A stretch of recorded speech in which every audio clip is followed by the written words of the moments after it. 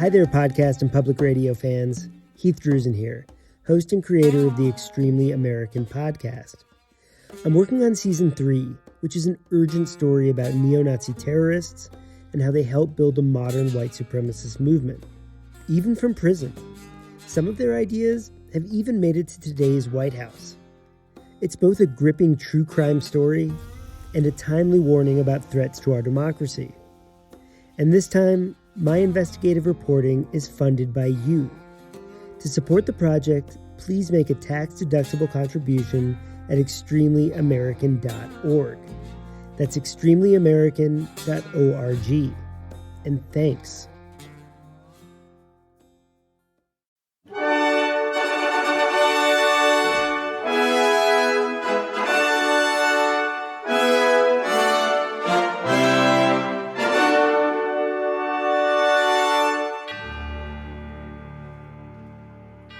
As America turns 250 years old this year, many are reflecting on our country's past. So we wanted to take a closer look at Idaho's history, which reflects the breadth of the American experience.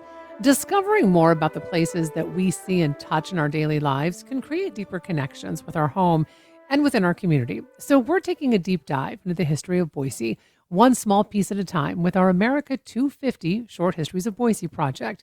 Every Monday on Idaho Matters, we'll bring you a snapshot of a small corner of our capital city and its unique past. So today, we'll explore Protest Road. Have you ever driven down the curvy little street called Protest Road that runs between Federal Way on the Bench and Boise Avenue? It's an unusual name for a road, don't you think? But was it really the subject of a protest? The answer may surprise you. In 1949, the city of Boise held a bond measure election to fund a number of city projects. Among them, a new fire station on the Bench on Kootenai Street.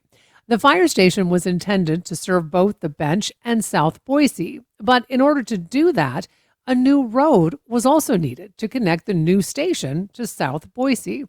The bond measure for the new station passed. Many residents of South Boise had voted for the bond under the assumption the road would run more or less straight from Kootenai through to Highland Street.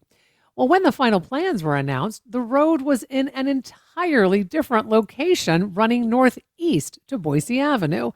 Concerned residents felt the route was an inconvenience for everyday motorists and worried it would add precious minutes to a fire truck responding from the new firehouse in South Boise.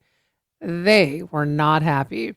Would they have voted for the fire station if they had known the road would be built in a different location? In response, they banded together to form the South Boise Citizens Protest Committee and held multiple meetings, one of which drew more than 500 people at Garfield School. They drafted a series of questions and demanded accountability from Boise City Council.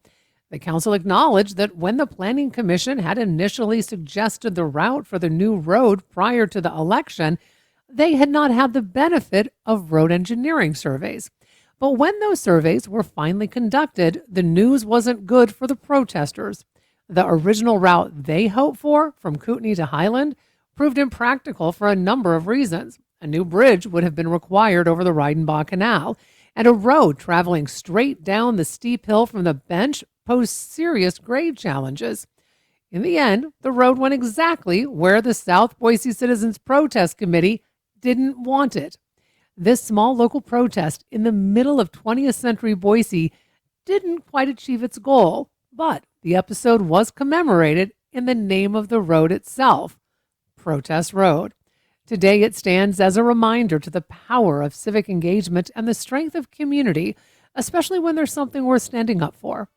The America 250 Short Histories of Boise project is brought to you in collaboration with the City of Boise's Department of Arts and History, with support from Boise State University's History 502 class and music provided by the City of Boise's cultural ambassador, the Boise Philharmonic. The music, John Williams' Liberty Fanfare, was recorded by the Boise Phil in 2025. For a full schedule of city-sponsored America 250 events, visit cityofboise.org/America250. And for events and programs across the state, visit america250.idaho.gov.